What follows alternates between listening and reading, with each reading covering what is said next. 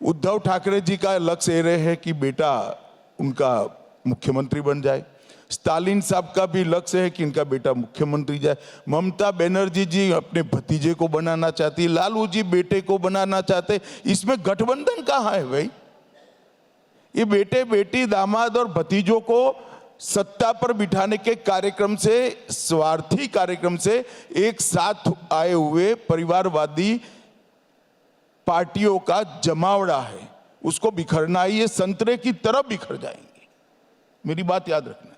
जैसे ही छिलका निकल जाता है, 2024 के परिणामों का छिलका निकलते ही ये पूरा संतरा बिखर जाना है, एक एक पड़ी इसकी अलग हो जानी है। लेकिन 2024 से पहले जो बिखरना शुरू हुआ है, अब जैसे जयंत चौधरी, ये बिखराव नहीं है अभी, बिखराव काउंटिंग के दूसरे दिन से देखना। सब लोग कहेंगे राहुल बाबा लीडर न होते तो हम जीत जाते। जयंत चौधरी जी आपके साथ आए, बीजेपी का यह कहना था कि जाट समुदाय उनके साथ है, तो फिर जयंत चौधरी जी की जरूरत क्यों पड़ी? मुझे तो आपकी भी जरूरत है, आप ज्वाइन कर लो ना भैया।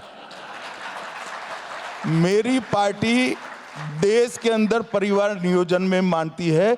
भारतीय जनता पार्टी के कार्यकर्ताओं के बारे में परिवार नियोजन नहीं है। हमारे एजेंडा से जो सहमत है वो सबका भाजपा में स्वागत है। हमारे एजेंडे पर चलना है बस। नीतीश कुमार जी कसम खाकर गए थे कि वो एनडीए में नहीं जाएंगे। ऐसा क्या हुआ कि वो वापस आ गए हैं गृह मंत्री जी? देखो भाई, तुम रॉन्ग नंबर पर सवाल पूछ रहे हो। ये सवाल आपको नीतीश जी को पूछना है। मैंने कहा ना, मेरी पार्टी बड़ी फर्म है कि मेरी पार्टी के एजेंडा, मेरी पार्टी के सिद्धांतों के साथ जो सहमत है, मोदी जी के नेतृत्व को जो स्वीकार करता है, वो सभी का स्वागत है। लेकिन क्या इससे आपको नहीं लगता कि उनकी विश्वसनीयता घटेगी, इससे नुकसान होगा?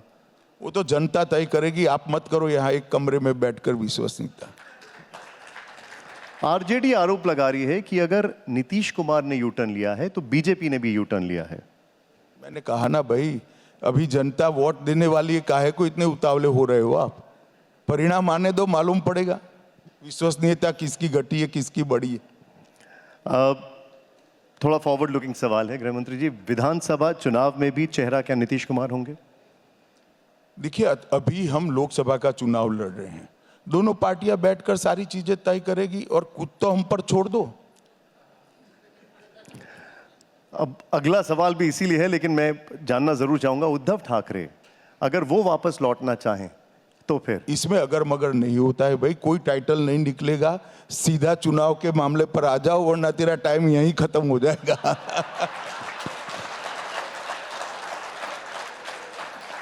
तो अगर बात चुनाव की जाए गृह मंत्री जी, तो आरोप ये लगाए जा रहे हैं कि चुनावों के चलते एक बहुत बड़े सम्मान का राजनीतिकरण कर दिया गया, भारत रत्न का।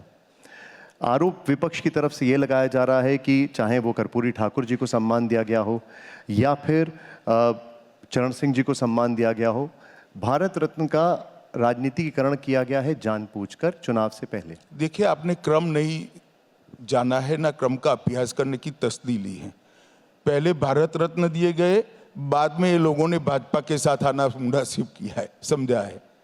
भारतीय जनता पार्टी ने कांग्रेस के कई नेताओं को भारत रत्न दिया। अब आप मुझे बताओ, नरसिम्हा राव जी को भारत रत्न देकर क्या हासिल है हमें? तरुण गोगोई जी को भारत रत्न देकर क्या हासिल है? ये कांग्रेस पार्टी नहीं है जो दादा पिता माँ इनको ही भारत रत्न देगी। ये भारतीय जनता पार्टी है जिन्होंने योगदान किया है, irrespective of ideology and political party, हम उनको सम्मानित करेंगे और करना चाहिए। सरदार पटेल जैसे महान व्यक्तित्व को कितने साल लग गए भारत रत्न देने में।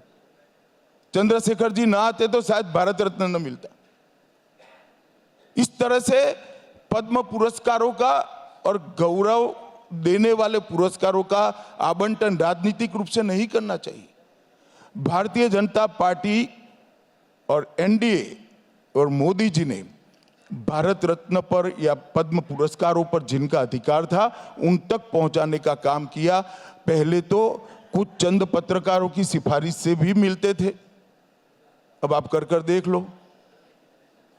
जिनको जनता के काम के लिए जिन्होंने कंट्रीब्यूशन किया है उन्हीं को मिलता है।